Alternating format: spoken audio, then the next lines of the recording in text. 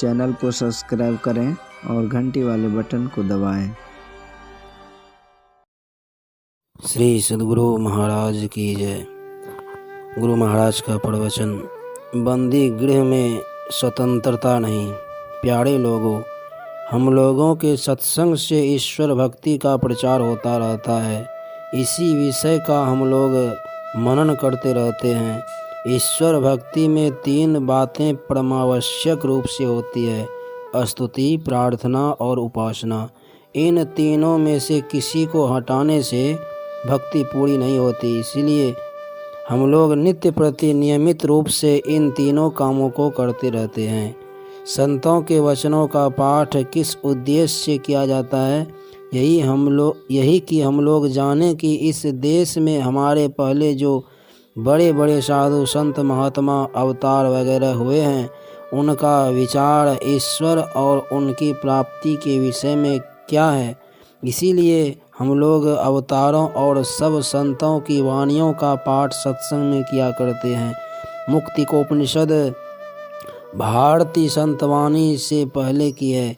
इसमें श्री राम हनुमान जी को उपदेश देते हैं, नित्यानंद प्राप्त करने के हेतु ईश्वर की भक्ति करके मुक्ति को प्राप्त करो। जीव शरीर और संसार में बंदी हो गया है, उसका इससे छूट जाना उसकी मुक्ति है। इस बंदी गृह में पड़े रहने से स्वतंत्रता नहीं रहने से अवश्य कष्ट होता है। शरीर और इंद्रियों के घेरे में रहने से चेतन आत्मा विषयों की ओर रहती है।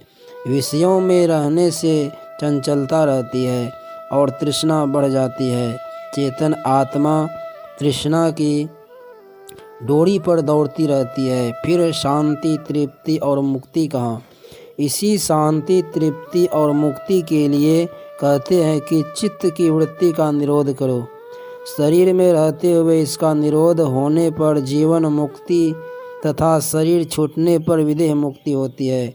पुनः श्री राम ने बताया, मेरे स्वरूप का ध्यान करो। मेरा स्वरूप अशब्द, अस्पर्श, अरूप, अविनाशी, अस्वाद, अगंध, अनाम और गोत्रहीन, दुख हरण करने वाला है।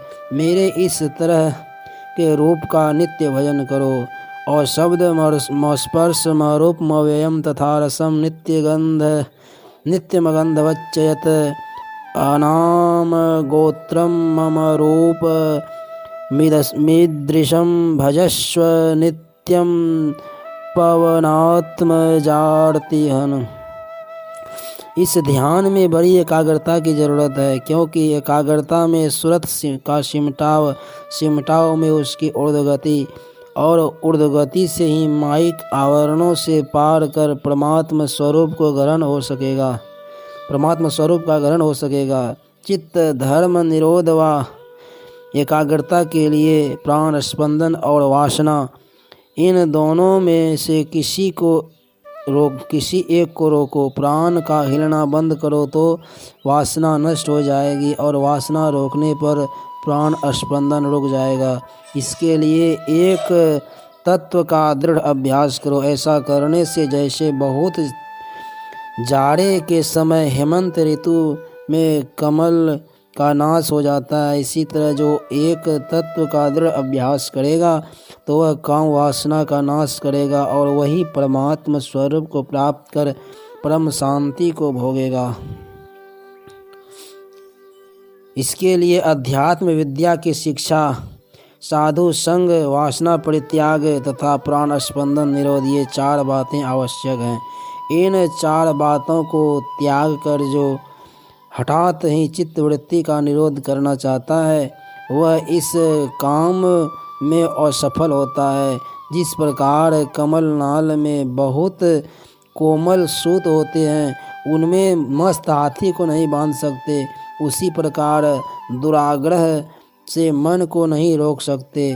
प्राण स्पंदन निरोध तथा सुरत के पूर्ण सिमटाव के लिए एक बिंदुता प्राप्त करो। मन की एक बिंदुता में एक ही एक का ग्रहण होता है, इसी में ध्यान स्थिर होता है। इसी में ज्ञान की वृद्धि होती है और बढ़ते बढ़ते जहाँ तक बढ़ना चाहिए बढ़ जाता है। इससे मोक्ष मिलेगा जिसमें एक परमात्मा का स्वरूप ही रह जाता है। तब संसार को देखते हुए भी साधक ब्रह्म को ही देखता है, तब वह ब्रह्म स्वरूप ही हो जाता है। यह प्रवचन बांका जिला मंदार पहाड़ पर श्री कीर्ति नारायण सिंह द्वारा आयोजित दिनांक 31/3/1951 ईस्वी के प्रातःकाल के सत्संग में हुआ था। श्री सद्गुरु महाराज की जय।